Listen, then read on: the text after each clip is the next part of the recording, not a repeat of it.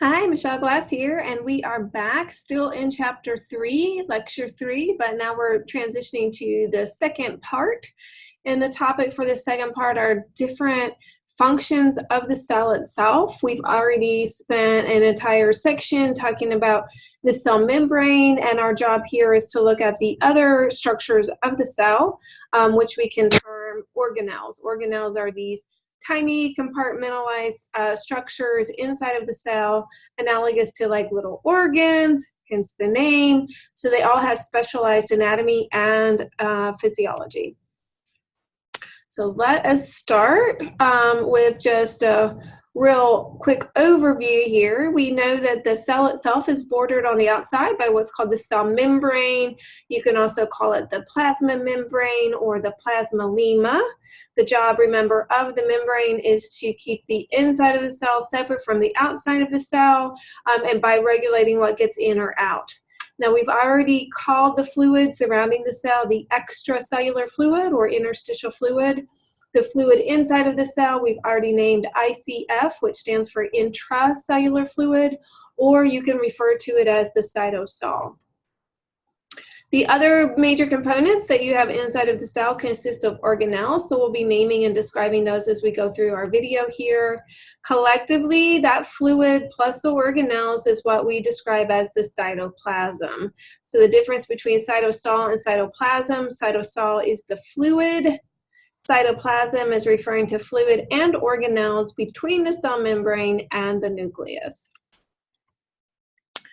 First, let's look at what's called the cytoskeleton. The cytoskeleton is made of fibrous proteins that are stabilizing the cell. They assist in movement and they help to anchor organelles. When we looked at cell membrane structure, we saw some of those anchoring proteins embedded in the membrane and then connecting into the cytoskeleton. The cytoskeleton has different components. So we have what are described as microvilli. These are extensions of the cell membrane sticking out. Usually these are just to increase surface area. So we will see microvilli in, for instance, the cells that line the small intestine, where we need to have a lot of contact between our digesting fluid full of nutrients and the cells for absorption of those nutrients. We'll see microvilli also in our taste bud, gustatory receptor cells, and we'll see these several other places as well. So they're not, sometimes they can produce a little bit of movement, but they're not really there to modify or move the cells so much as increase surface area. The centrosome is another important structure. It's described as the microtubule organizing center. We won't really talk about it a whole lot, but we will see the centrioles coming out of that area, and these will be important when we talk about cell division. So we'll see centrioles important in moving chromosomes during cell division, so we'll come back and talk about that. Also, as part of the cytoskeleton, we have components that are really modified for movement. So these are going to be structures that are producing movement and can, in some cases, actually move or propel the cell. We have on one side cilia, so these are long extensions of the cell that will move. We saw cilia when we studied pseudostratified ciliated columnar, so you'll see that lining the respiratory tract, helping to move mucus, trapped bacteria, and dust and so forth into the digestive tract. And then flagella we'll see on sperm cells, helping to move those cells through the female reproductive tract with the goal of fertilizing that egg. Let us continue our discussion by looking at specific organelles within our cell. So here, let's begin at the center of the cell with what's described as the nucleus. We had that term when we were looking at the structure of the atoms. Of course, this is specific to the cell. The nucleus is the structure that contains the DNA molecule. The DNA molecule we already know is our hereditary molecule. This molecule is surrounded by the nuclear envelope, so this is helping to protect that DNA molecule. The nuclear envelope is really determining what can get in or out of the nucleus. We will also see that inside the nucleus, transcription happens here. Transcription is the process where the DNA code is converted into an mRNA code. mRNA, remember, stands for messenger RNA. We'll have a whole video dedicated to this topic of transcription, so we'll come back to this. Close up, connected in with the nuclear envelope, we have what's described as the endoplasmic reticulum. The endoplasmic reticulum is a network of membranes. There are two different types of endoplasmic reticulum. We do abbreviate endoplasmic reticulum as ER, so you'll see that quite a lot. The first type we can talk about is what's called smooth ER. So it's on the side without the green dots. Smooth ER is going to make lipids. So phospholipids and cholesterol, these are of course both important in cell membrane structure. Hormones, carbohydrates. It's involved in drug detoxification. So you'll see lots of smooth ER in liver cells. If you have taken a lot of drugs that need to be removed by the liver, you'll see a buildup to those drugs because you're increasing your production of smooth ER in those cells accordingly. And so that's why you might need larger and larger doses to have the same effects from different drugs. And then also we see that the job of the smooth ER is to sequester calcium ion. Sequester means store and hide, and we'll see this role a lot when we talk about muscle contraction. The other side of our ER is described as rough ER. It is rough because it looks rough because of the presence of structures called ribosomes. The ribosome, we will see in a few minutes, is where the proteins are being made. But we see that the rough ER is going to modify those newly produced proteins and then package them into vesicles and send that on to the Golgi Apparatus. Golgi Apparatus. So that's what we'll talk about soon. Let's look at the jobs of those ribosomes first. So we saw ribosomes attached to the rough ER. We also see what are described as free ribosomes, which means out in the cytoplasm, not attached. This again is the location of what is described as protein synthesis. So this is actually where those proteins are being made. That process of making a protein is called translation. So we will be talking in a whole video about the process of transcription at the nucleus and then the process of translation at the ribosome. The ribosomes themselves are composed of what is called little r, big RNA. That little r stands for ribosomal. So we'll see that the ribosomal RNA is actually composing or making up that ribosome. The next structure for us to look at is what is called the Golgi Apparatus. The Golgi Apparatus is going to have the job of modifying and packaging and shipping molecules received from the rough ER out to the body. So it's going to package those molecules in vesicles for exocytosis. Remember, exocytosis is where the vesicle membrane fuses with the cell membrane, opening up to the extracellular fluid. The Golgi apparatus will look different from the ER. The ER is a whole network, so think of it as like a maze up there connected in with the nuclear envelope. The Golgi apparatus is by itself, not connected in directly to any other membranes. We see that you will have vesicles shipped to the Golgi and then vesicles shipping away from the Golgi. The Golgi apparatus can be described as like a stack of pita bread, so little pockets of membrane sticking in a stack together.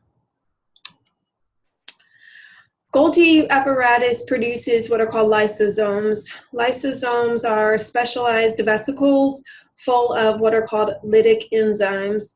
So we've seen the term lysis before. I've mentioned it means to burst or break. So lytic enzymes are going to be essentially digestive enzymes.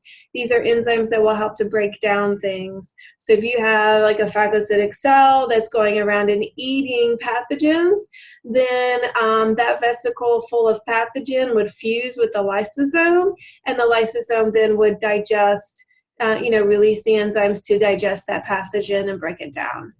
So that's going to be one of its important jobs.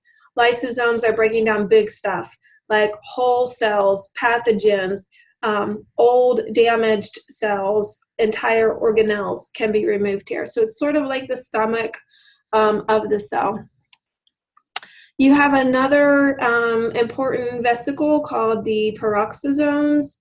The peroxisomes are breaking down large molecules, but we're not to the organelle or cell size here.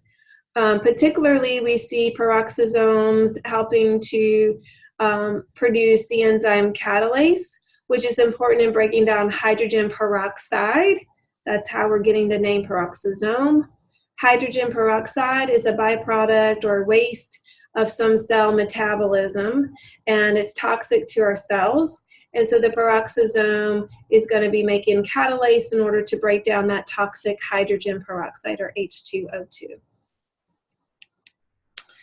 Next, we have our mitochondrion. This is the singular version of the word. A lot of times you'll just hear it referred to in the plural form, mitochondria, with an A ending. This is the location where aerobic respiration is happening, and the aerobic respiration is responsible for about 95% of the ATP production. So when we talked about the cell breaking down a carbohydrate or breaking down a lipid to make ATP, the mitochondria is really the site where that's happening.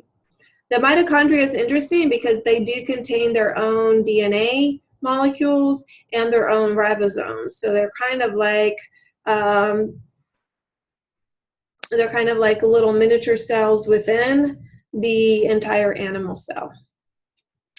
Okay, so we are going to have like a real quick abbreviated talk about ATP production. We're just going to talk about it just a little bit, and then you'll hear about it again a few other times in the course. If you do take a general biology class, then you do get quite a lot more detail on this process. So ATP production really has two major steps. You have what's called glycolysis. This is occurring in the cytosol, just specialized enzymes. And then you have the process of aerobic respiration, which is happening at the mitochondria. So here I've written this in the plural form. That process of glucose, again, is happening in the cytosol, so just specialized enzymes. It is described as anaerobic, which means no oxygen is required, and it's only producing about 5% of the total ATP that the cell needs. Now, this is a bunch of different steps that are happening, and this is a super summarized equation here. Glycolysis is the breakdown of that glucose molecule into what's called pyruvic acid, and then just like 2 ATPs are produced for the cell to use. That pyruvic acid is going to make its way to the mitochondria, and it's going to go through those steps of aerobic respiration to produce the remaining ATP that's required. So here we see our pyruvic acid going to the mitochondria. Once inside the mitochondria, it's broken down into a 2-carbon acetate. If we were working with a fatty acid, if we were breaking down a lipid, you would break that lipid down into a 2-carbon acetate. You can even break a protein down into a 2-carbon acetate. So as long as you have that 2-carbon acetate and oxygen, you can make ATP at the mitochondria. That 2-carbon acetate is going to go through a whole bunch of enzymatic reactions, which are collectively called the citric acid cycle.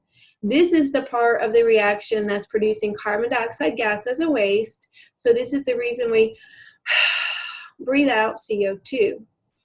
Then you're going to transfer some hydrogen ions over to the, hydrogen atoms, over to another reaction that's occurring in the mitochondria called the electron transport system. At the electron transport system, this is the step that's going to require oxygen. So this is how this whole process is getting its name for aerobic respiration. It is the ETS, or electron transport system, that is producing the bulk of the ATP produced by the cell. So this is a super duper abbreviated version. There's about 1.5 million steps that we've left out. Key thing is that we're going to start with glucose molecule in the cytoplasm, do the process of glycolysis to break it down to pyruvic acid. Pyruvic acid goes to the mitochondria.